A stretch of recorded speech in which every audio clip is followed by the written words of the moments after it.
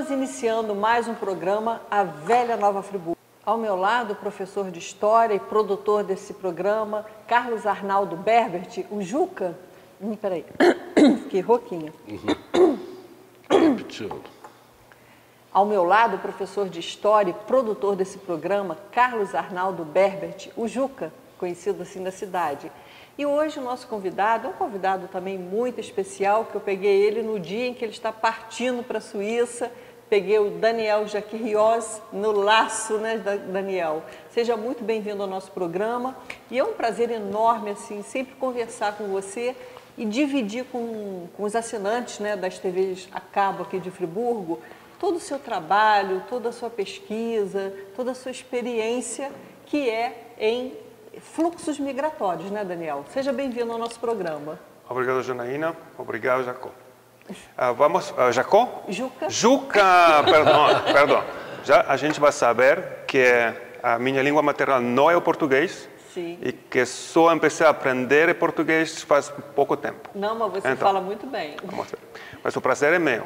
Com certeza. E, Daniel, olha só, você, para as pessoas entenderem o seu trabalho, você é economista, você faz uma pesquisa sobre uma base de dados, né? Você formula uma base de dados sobre fluxos migratórios do Cantão do Valais, especificamente, né? Sim. Bueno, estou formado em relações internacionais. Isso significa historiador, economista, um pouco de direito e ciência política. E faz uns 6, 7 anos... Você tem todas essas formações? Em relações internacionais tem de todo. Entendi.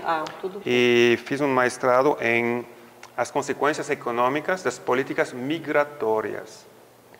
E então, depois, ao começar a trabalhar na noção de genealogia, encontrei uma associação no Valais que decidiu me pagar para construir um registro histórico da população do Valais de antes da existência do Estado Civil. Isso nos anos 1860. Então, através desse trabalho, encontrei muitas informações sobre os valesanos que se foram da Suíça. E comecei então a pesquisar o que passou, por quê, como. E através dessa pesquisa que, enfim, cheguei aqui em Nova Friburgo. Certo.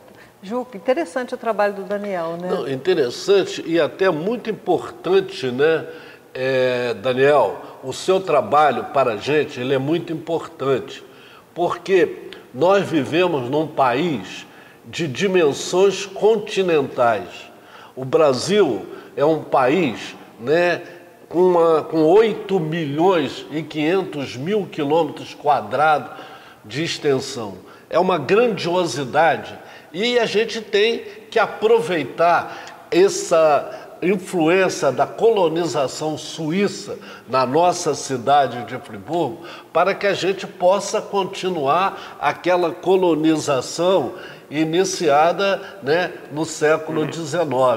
Então, ao receber você mais uma vez, através desse trabalho, a nossa professora Janaína, ela faz um trabalho que é reconhecido hoje por todos nós da cidade, pela importância, pelo gosto que ela tem em pesquisar, em procurar aproximar. Então, essa hoje, presença sua aqui na Luau TV, ela é muito importante, porque você com essa formação que tem da Suíça, a gente precisa tirar de você alguma coisa em benefício da nossa cidade, não, Janaína? E é muito importante, Juca, essa visão do Daniel, né? Só para as pessoas entenderem, quando ele falou que ele faz a partir, antes do registro civil, porque no Brasil também os registros todos, nascimento, morte, eram feitos pela Igreja, inclusive até administração, registro de terras, era feito pela Igreja Católica.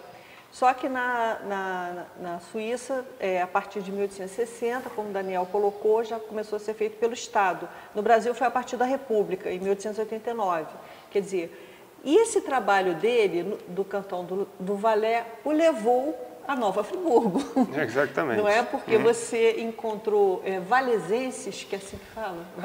Em francês você vai dizer valaisan, mas acho que aqui no Brasil você fala dos valaisanos. Valaisanos. Você encontrou valaisanos vindo para o Brasil, né? E a Friburgo.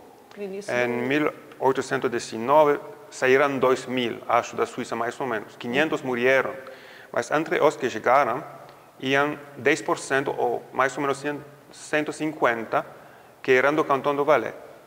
Entre eles, muitas mulheres que se casaram depois com colons de outros cantões, Friburgo, Vaud, Solor, Basel.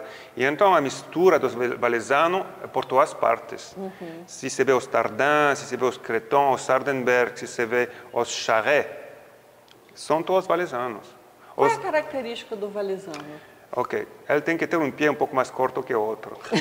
Não, porque tem tantas montanhas e o chão é tão íngreme que para caminhar bem é bom ter uma perna um pouco mais longa. Ah, é por isso que você gosta de montanhismo, né? Temos muitas montanhas e aqui na região o montanhismo é espetacular, mas não se conhece na Suíça. Da Suíça ao Brasil é só praia. Não se sabe que tem cachoeiras e montanhas. Daniel, nós aqui, os primeiros suíços que chegaram a Friburgo, eles tiveram muitas dificuldades, entende? Eles vieram para cá, mas houve uma demora na vinda para cá, aquela controvérsia toda do número que poderiam chegar aqui. O Gachet, ele teve muita dificuldade, porque a demora na partida da Holanda, onde eles ficaram em locais insalubres e onde com muitos problemas de doença naquela região, depois a travessia do Atlântico foi outra dificuldade e depois também a subida da serra numa região da chamada Baixada Fluminense, difícil. Então, praticamente, é realmente uma dificuldade imensa ao chegar aqui, certo? Então, muitos deles que chegaram a Friburgo se espraiaram pelas nossas redondezas por dificuldades, não só do problema de doença, né, Janaína, mas da própria dificuldade da terra que encontraram. Então, quando a gente fala que a gente precisa, quer dizer, a gente poderia ter usufruído muito mais, né, da colonização suíça do que aproveitamos. É interessante, então, que com esse trabalho, que é um trabalho que envolve genealogia, você chegou ao nosso historiador local, que é o Henrique Bon, né? Vocês se conheceram através da web, né? E você acabou fazendo uma amizade com ele e também virou uma parceria de trabalho, né? É mesmo. Bueno, eu, começando a pesquisar, encontrei como autor reconhecido Henrique Bon. Não sabia quem era. Comecei a comunicar com ele através de e-mail e ao chegar aqui por primeira vez, faz um ano, fez uma chamada e ele me abriu a porta e hemos começado a falar. E ao final de umas tantas horas, ele me disse, bueno, próxima vez que você vem, pode ficar na minha casa e vamos lá a trabalhar. E é o que fiz. Agora é a segunda vez que voltei para ficar um mês em Nova Friburgo e cada vez vou aprendendo um pouco mais. Esta vez você fala de que foi um evento muito difícil para os migrantes chegar até aqui e por isso que tiveram tantas mortes. A verdade é que temos que ter um pouco de carinho por esse evento. Primeiro, não foi uma decisão deles, foi o governo brasileiro da época, ok, que quis por a primeira vez convidar não-lusófonos a chegar no Brasil. Foi uma decisão que mudou totalmente a política do Brasil. Isso acho não é o bastante reconhecido aqui no Brasil. Não é somente um evento que está ligado a Nova Friburgo. É um evento que, ao espalhar-se todos esses colões na região, ao norte, ao sul, ao leste e oeste... Nós reconhecemos porque Friburgo é a única cidade real criada por um decreto de Dom João VI. É mesmo. Não é? E o que ele coloca os historiadores brasileiros não dão importância, que foi a primeira abertura de colonos não portugueses para o Brasil. Quer dizer, assim como houve a abertura dos portos, houve essa abertura para imigrantes não portugueses. E isso realmente era para ter mais destaque na historiografia nacional. Né? É o momento de fazer uma chamada a todas as universidades do Brasil para enfocar nesse evento que é uma mudança de política. E essa mudança de política durou mais ou menos 100 anos, até o Brasil se fechar de novo, quase totalmente, à imigração. Isso depois da Primeira Guerra Mundial. É a primeira imigração organizada do nosso país.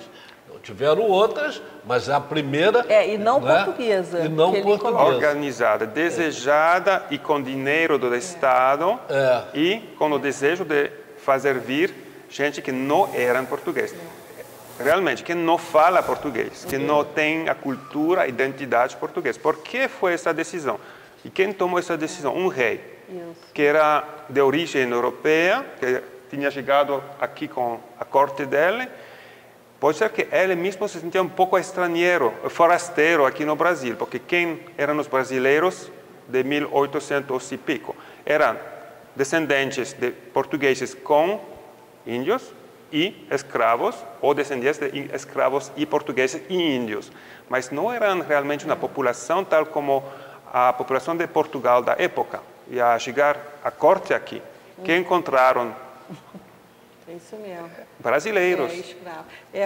Isso daí, Daniel, a colonização de Friburgo é citada por alguns historiadores, mas eles não dão esse matiz que você está colocando, essa importância de ter sido uma mudança de política do governo. Cita que houve uma colonização suíça na Friburgo, mas, olha, não passa assim de 2 linhas. Né? Mas realmente na análise não dão essa importância de que foi uma abertura, né? Bueno, tinha um povo aqui em Nova Friburgo. Bueno, tinha fazendeiros, tinha já fazenda de café, a Cantagalo existia, tinha gente. Não é que o terreno a gleba era despoblada, mas o que fizeram esses colonos ao chegar, primeiro chegaram aqui, não foi muito bem, se foram para a Pena, para Cantagalo, depois 20 anos depois, se vê núcleos de suíços em São Fidélis, em todas as cidades, até Espírito Santo, até Minas. Daniel, vou só interromper um pouquinho para a gente fazer um breve intervalo e daqui a pouco nós retornamos com as informações, essa conversa deliciosa com Daniel Jaquer Rios.